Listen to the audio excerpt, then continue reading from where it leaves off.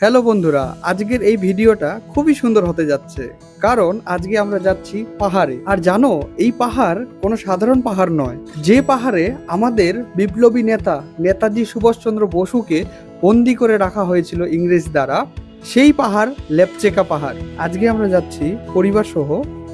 আমরা পৌঁছে গেলাম আলিপুরদুয়ার। আর যাওয়ার পথে দেখো আমাদের রাস্তার অবস্থা। যেমনই রাস্তা খারাপ, তেমনি আবার আমাদের উত্তরবঙ্গের যে রাস্তাগুলো রয়েছে তার ভিউ একেবারে আলাদা রকমের। তো তোমরা দেখো এই আমাদের আলিপুরদুয়ারের সংলগ্ন কিছু রাস্তার ভিউ।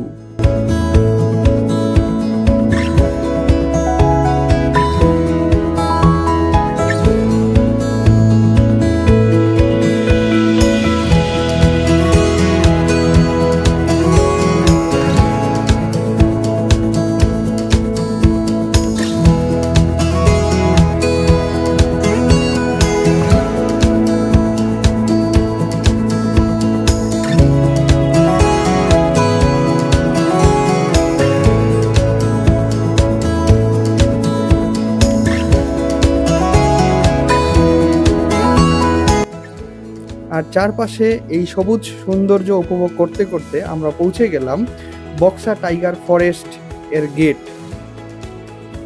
আর তোমরা যারা যারা নতুন আসবে, তোমাদেরকে বলে রাখি, এখানে কিন্তু বৃহস্পতিবার তোমরা আসবে না, কারণ বৃহস্পতিবার কিন্তু বন্ধ থাকে। আর সবাই কিছু না কিছু আইডি নিয়ে আসবে, যেমন আধার কার্ড, ভোটার কার্ড, এগুলো। দেখো আমি আর দাদা এন্ট্রি করে নিলাম।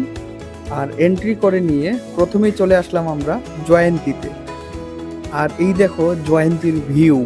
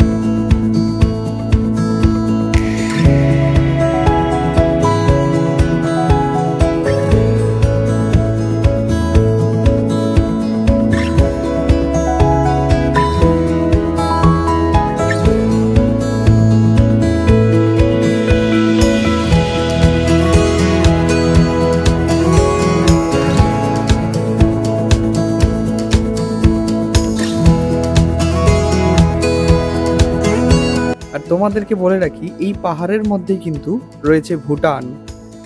তারপর আমরা চলে আসলাম বক্সাতে এসে আমরা গাড়ি পার্কিং করে কিছু পাহাড়ের খাবার খেয়ে, যেমন মোমো, চাউমিন, আমরা এই ওমিনি গাড়িতে করে চলে যাব জিরোতে।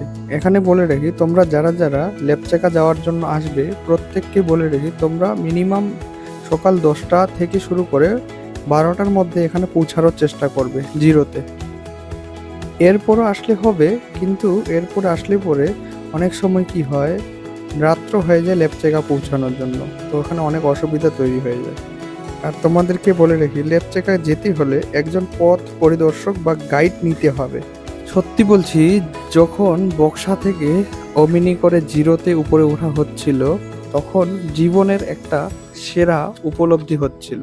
দুই পাশে পাহাড়, মাঝখানে আমাদের গাড়ি, এবং নিচে তাকালে মনে হয় কত না উপরে আমরা রয়েছি।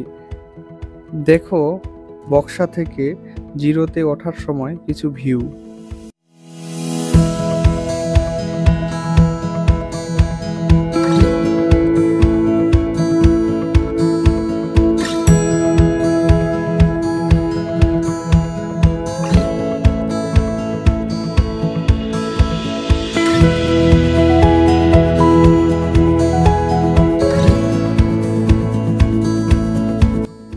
এরপর জিরো থেকে হেঁটে যেতে হবে লেপচেকা। এখানে তোমাদেরকে বলে রাখি, তোমরা কোনো ছোট বাচ্চা এবং ভারী ব্যাগ কিন্তু নিয়ে আসবে না, কারণ এখান থেকে হেঁটে যেতে প্রচুর পরিশ্রম হয়। আর আমাদের জিরো থেকে যখন লেপচেকার উদ্দেশ্যে রওনা দিলাম, আমাদের প্রত্যেকেরই এক্সাইটমেন্টটা একবার লক্ষ্য করো। এখানে রয়েছে একটা ভিউ পয়েন্ট, দেখো কেমন দেখতে।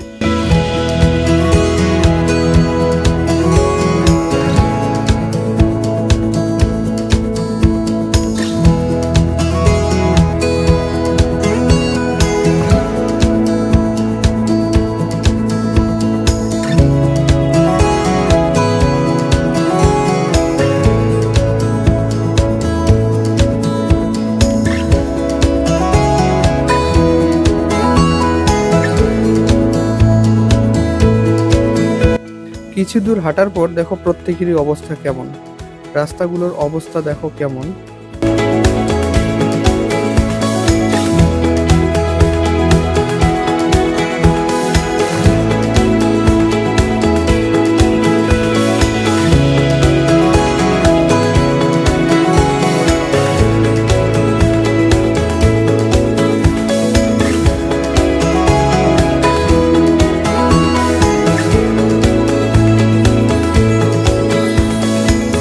আর আমরা অবশেষে পৌঁছে গেলাম নেতাজি সুভাষচন্দ্র বসুকে যেই জেলখানায় বন্দি করে রাখা হয়েছিল সেই জায়গায়।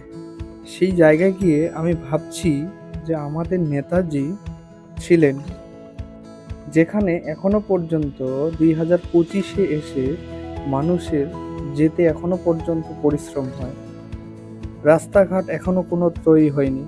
সেই সময় আমাদের নেতাজি এখানকার ইংরেজদের জেল থেকে পালিয়েছিলেন, ইংরেজদেরকে ফাঁকি দিয়ে। দেখো এই জেলখানায় রাখা হয়েছিল আমাদের নেতাজি সুভাষচন্দ্র বসুকে।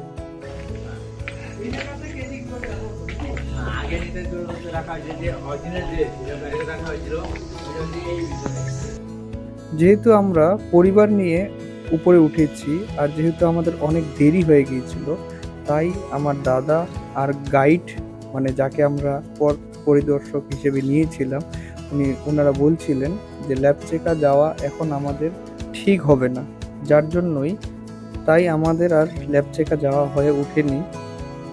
আর আমরা ব্যাক করলাম বাড়ির পথে। বাড়ির পথে যাওয়ার সময় এখানে সন্ধ্যার সময় একটা বিশাল ভিড় হয় এই দোকানগুলোতে, যে দোকানে তোমরা পেয়ে যাবে তান্দুরি চা। আর জীবনে একবার এই তান্দুরি চা অলরেডি খেয়ে দেখো, অনেক টেস্টি। আর এখানকার মোমো চাউমিন অনেক টেস্টি বানায় এনারা। তো আর এখানকার দোকানদার এখানে পুরো আমাদের এই দিদিগুলো। তো আজকের ব্লগটা এখানেই শেষ করছি। ভালো থেকো, সুস্থ থেকো, দেখা হচ্ছে নতুন কোনো জায়গায় নতুন কোনো ভিডিওতে। টাটা।